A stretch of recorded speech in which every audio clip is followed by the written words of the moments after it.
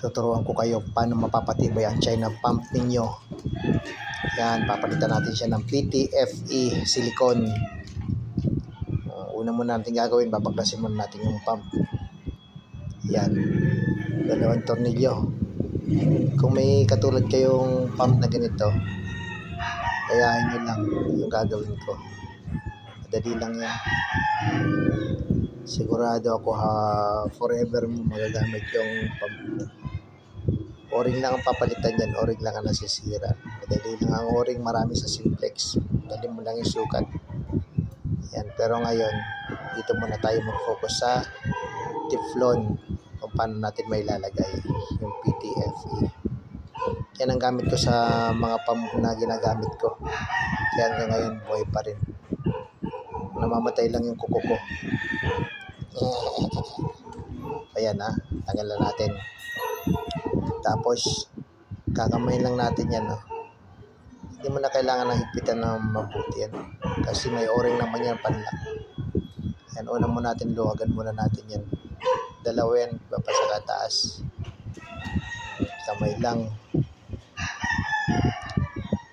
Tapos yung may piston yan sa ibabaw, tatanggalin na natin. After yung 2 natin maluwagan, sabay-sabay na natin babaklasin lahat. Yan. Tanggal na. Ito yung nasa ibabaw na may maliit na tornilyo. Yan. Gamit ko dyan labit tubo na malaki. Ano pala yan? Adjustable wrench. Yan, ganyan. Tatanggalin muna natin yan para mahugot natin yung piston niya. Kasi andyan yung o-ring sa kayang kulay black na guide. Yan ang tatanggalin natin. Yan ang ipapalitan natin para humaba ang buhay ng pump natin. Kasi siya na kayo sa ulo ko. Bago kalbo yan. Meron pa akong bisita. Isang higante. Tanggalan natin. Tapos yan, isa-isayin natin hugutin yan. Tanggalin muna natin yung nasa ibabaw. Yan yung nasa ibabaw niya. May thread. Yan. Tapos yung pangalawa naman yan. Tapos yung sa ilalim, nagamit tayo ng wrench. Yan. Kasama yan sa pump. Pag bumili ka ng pump, kasama yan. Ikutin din natin gamit ng kamay. Kamay-kamay lang. Pwede kasi ako magkamay. Yan. Ganyan lang. Bagong-bago yung pump na yan. Binili ko sa Lazada. Yan. Tapos ito, tanggalin mo rin yan. Kamay lang din. Ayan. So, hugutin mo siya. Sa lahat ng China pump, ito nakita kong medyo maganda. Ibang design ito. Mukhang matibay. Ayan. Ito rin, tatanggalin yan. Kita niyo, hindi ako gumamit ng sa mga tubo. Ng vice. Para hindi siya masira. Ayan, tanggalin na natin. Papalitan natin. Yan yung papalitan natin. O-ring sa kayong kulay black na guide niya. Papalitan natin yan. Bago natin palitan, kailangan natin gamitan ng screwdriver yan. Pero dahil maigpit pa, gagamitan ko yan ng vice grip, yung rod niya. Kita niyan, madulas saka maigpit pa. Ayun yan, ginamitan ko siya ng vice grip. Tapos yun, natanggalin na natin siya. Yun, lumuwag na siya. Ganyan ang gawin nyo. Tuturo ko sa inyo kung paano paggawa ng Teflon. Sa sunod na video na lang, tatamad pa ako. Yan, natanggal na siya, no? Ayan, yan siya. Ngayon, tatanggalin mo na yung green na o-ring, saka yung black na guide. Ayan. Tapos, ang ilalagay natin ngayon, yung teflon.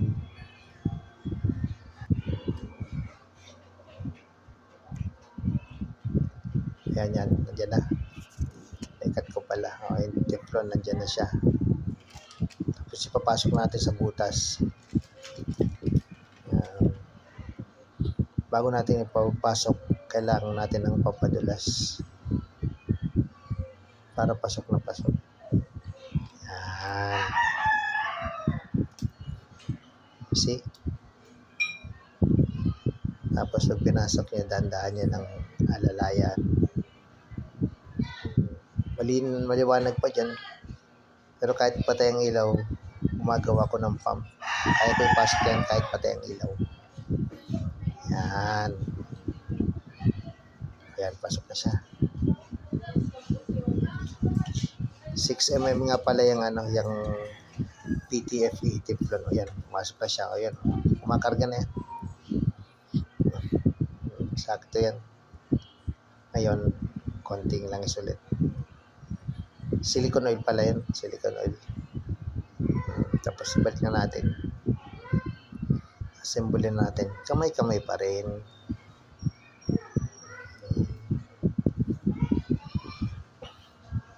Ipita lang ng konti. Yun. Okay na yan. Kaya kayo, pag nag-pump kayo, huwag niyong iikutin yung pump, yung handle. Hindi nyo na kailangang ikutin yung handle. Yung iba iniikot pa eh. Hindi na kailangan yan. Masisira pa yung o-ring ng pag inikot mo. Kasi dadaan sa tubo yung o-ring. Mapupwersa. O yan, lahat may langis yan. Ikot na, ikot-ikot. Yan siya.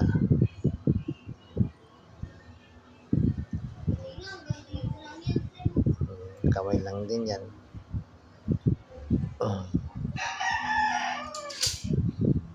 Tapos next, lagyan natin yung tubo. Yan, hinigpitan ko nga pala sa sa baba ng konti. Konti lang naman para kasi yan nagbabounce yan dyan. Kailangan medyo mahigpit yan. Pero kamay pa rin yan. Tapos yung tubo, yan. Yan ilalagay natin dyan. Ay, ayaw pumasok kasi maliwanag eh. Yan. Yan na siya. Higpitan natin. Kamay-kamay pa rin.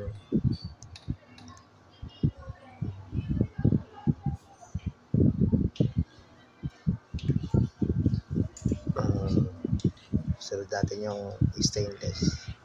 Bumili kayo ng pump, ito na lang pump na bilhin nyo. Tibay. Merong seller na ganyan nang binibenta eh. Si Jess Zamora. Yan, ganyan ang pump dun. Ewan ko yun sa loob, pero ganyan parehas siguro yan, ang mechanism. Yan. Tapos yun, nagpitan na natin. Pabalik na lang natin yung tinanggal natin. Kamayin na rin natin.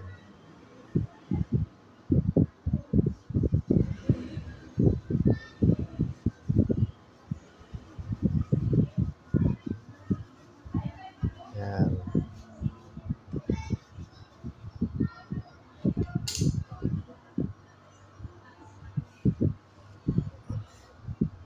Ayan na.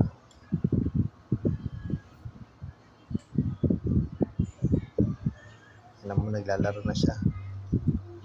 Tapos yung palit na tornilyo, lalagyan natin yan. May rubber na konti yan sa sa loob yung thread na yan. Kaya pag kinamay medyo mahigpit. Kailangan gamitan natin yan ng gauge. Katala.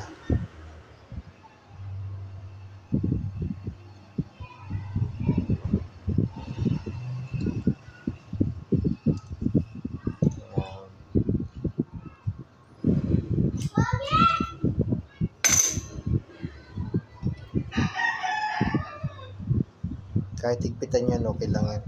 Guide lang naman yan. Guide lang yan.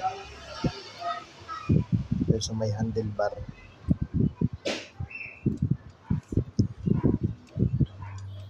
Dati ang pump sobrang mahal. Umabot ng 10,000 plus. Ngayon mura na lang. 3,000 pababa. May 1,005 pa nga eh. Mura na ngayon ang pump. Kahit China pump naman eh, matibay din naman yan basta naaalagaan. Saka yun lang talaga lagi nasisira dyan, yung pinalitan ko ng teflon. Kasi yung o-ring na sa katagalan, luminipis yun. Saka lumulutong din.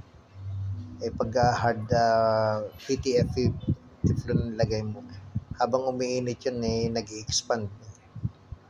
Basta alagaan nyo ng langis bawat gamit nyo.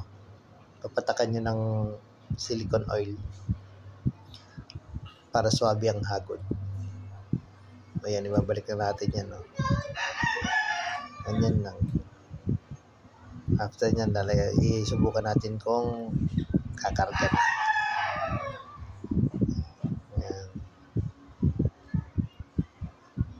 Wala kasi akong taga-video. Kaya ganyan. Pero pwede na rin yan. Nakikita nyo naman, nasusubaybayan nyo naman.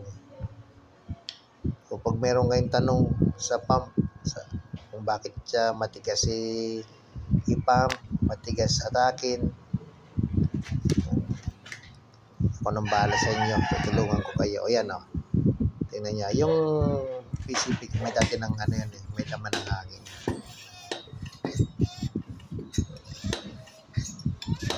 Yan, natigyan natin ng kakarga na natin. Ayan na, gumagana na siya. Tibay niyan. Hindi na masisira yan. Taon ba bago masira yan? 1,600. Gaya ng o-ring. Walang masisira kagad yan. Ayan no. Dahil may karga na yan. Kaya madali nang umangat to. Pero ayos yan. Good na yan. Tagal ko na mga gamit yan. Pag may tanong kayo, PM kayo sa akin, tutulungan ko kayo. Kung anong problema nyo, pump nyo. Ayan o. Okay na. Makarga na siya. Labanan. Pwede na yan pang hunting. This week, lalarga kami ng mga tropa. Yan ang gagamitin ko. Pahinga muna yung hill pump ko. Oh, babush!